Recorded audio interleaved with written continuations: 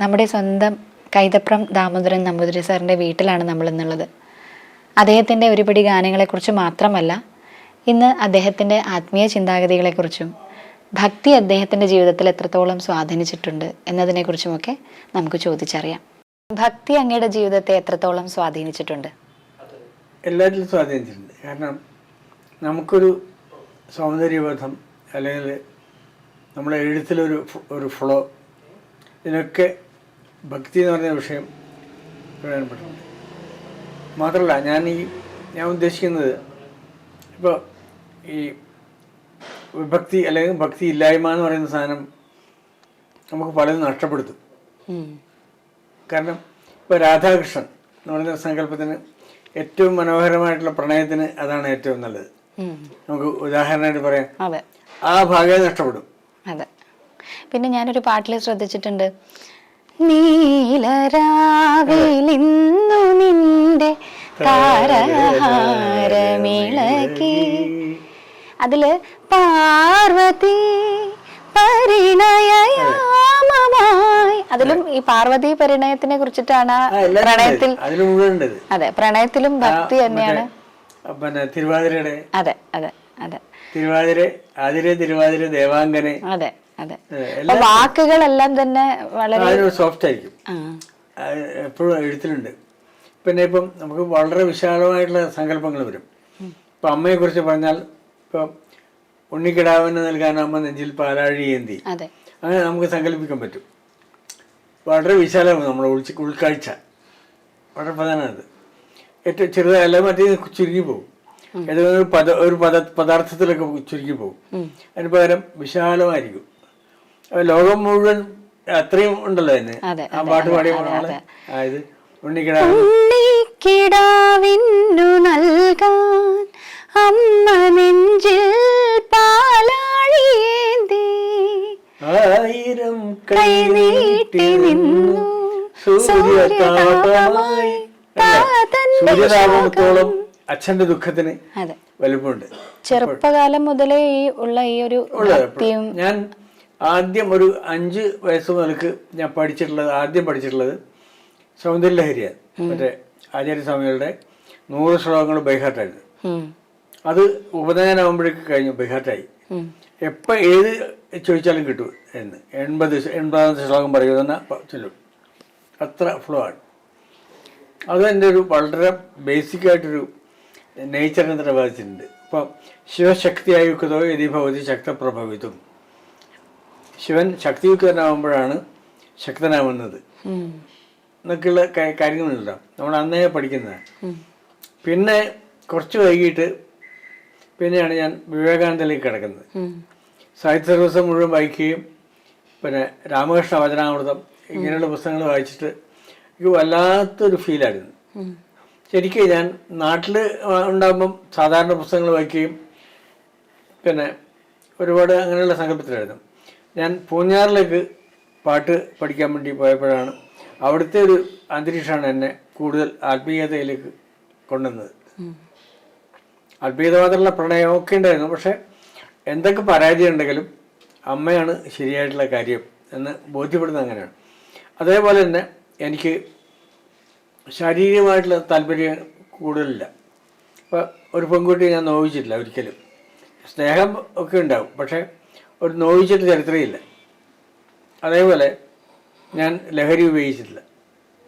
ഇതിനൊക്കെ കാരണം ഇത് മാത്രമൊന്നുമല്ല, ഈ ആത്മാവിൻ്റെ ചേതന എന്ന് പറയുന്നത് അത് വിശാലമാണെന്നും മറ്റേത് അപ്രായോഗികമാണെന്നും എന്നെ പഠിപ്പിച്ചത് ആത്മീയതയാണ്. ഇതൊക്കെ ഈ പറഞ്ഞ പോലെ എൻ്റെ എല്ലാ ജീവിതത്തിലും സ്വാധീനിച്ചിട്ടുള്ള എൻ്റെ ഫലമാണ് അല്ലേ. ഇപ്പൊ തീർച്ചയായിട്ടും ഒരു ദാമ്പത്യ ജീവിതത്തിൽ ഏറ്റവും അല്ലേ ഒരിക്കലും ശിവകുടുംബം പോലെ എന്ന് നമ്മൾ പറയുമല്ലോ, ശിവന്റെ കുടുംബം പോലെ. അങ്ങയുടെ കുടുംബജീവിതത്തെയും ഭക്തി എത്രത്തോളം സ്വാധീനിച്ചിട്ടുണ്ട്? എപ്പോഴും അങ്ങനെ ഞാൻ പറഞ്ഞു, ശിവശക്തിയായുക്തവതി ഭവതി ശക്തപ്രഭവിതും. ശിവൻ ശക്തിയുക്തനാകുമ്പോഴാണ് ശക്തനാവുന്നത്. എൻ്റെ കുടുംബം കൂടി ചേർന്നിട്ടാണ് ഞാൻ വിചാരിക്കുന്നത്. അങ്ങനെയാണ്, എനിക്ക് ഉറപ്പാണത്.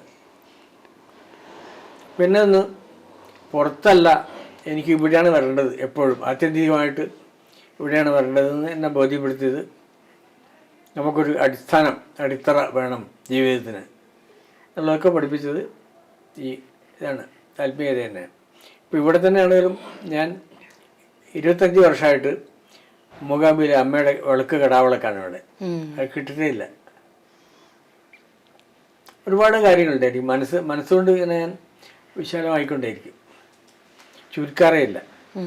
അതിന് കാരണം ഭക്തിയാണ്. അമ്മയുടെ ഭക്തി പാട്ടുകളിൽ അതാണ് ഏറ്റവും.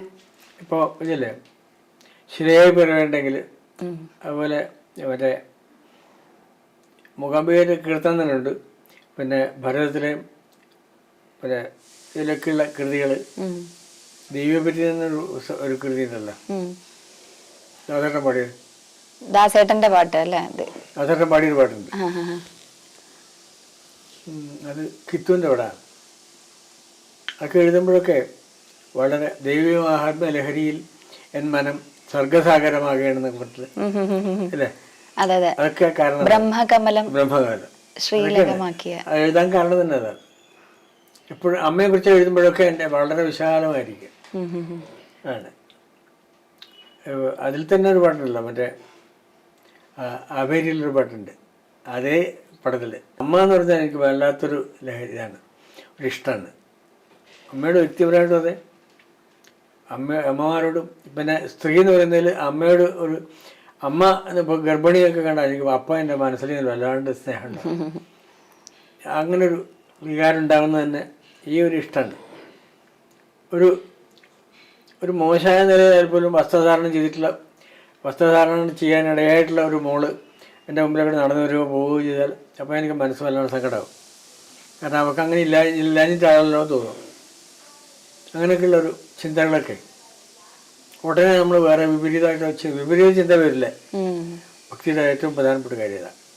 നെഗറ്റീവ് ഉണ്ടാവില്ല. നെഗറ്റീവ് അല്ല, പോസിറ്റീവേ ഉണ്ടാവുള്ളൂ.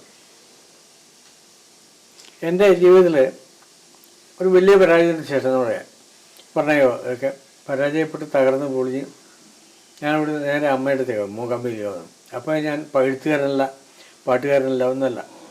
അവിടെ പോയിട്ട് എനിക്കൊന്നുമില്ല. എൻ്റെ കയ്യിലാകെ 13 ഉറുപ്പിക ഉള്ളൂ. ഇപ്പോൾ ഓർമ്മയുണ്ട്, 70 ലോറ്റാണ്.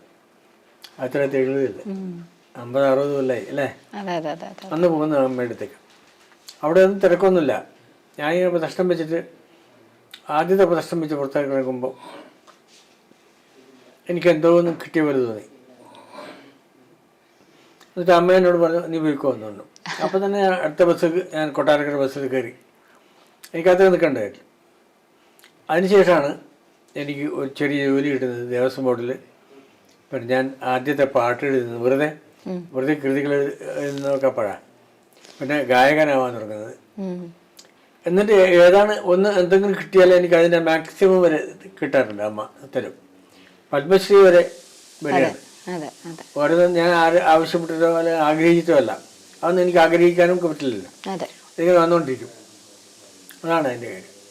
ഇപ്പോഴും എനിക്ക് അമ്മ തന്നുകൊണ്ടേയിരിക്കുകയാണ്. എന്തൊക്കെ പ്രതിബന്ധങ്ങളുണ്ടെങ്കിലും അതിനെ അതിജീവിക്കാനുള്ള ശക്തി, ഇതൊക്കെ ഭക്തി എന്തെങ്കിലും നടക്കുള്ളൂ.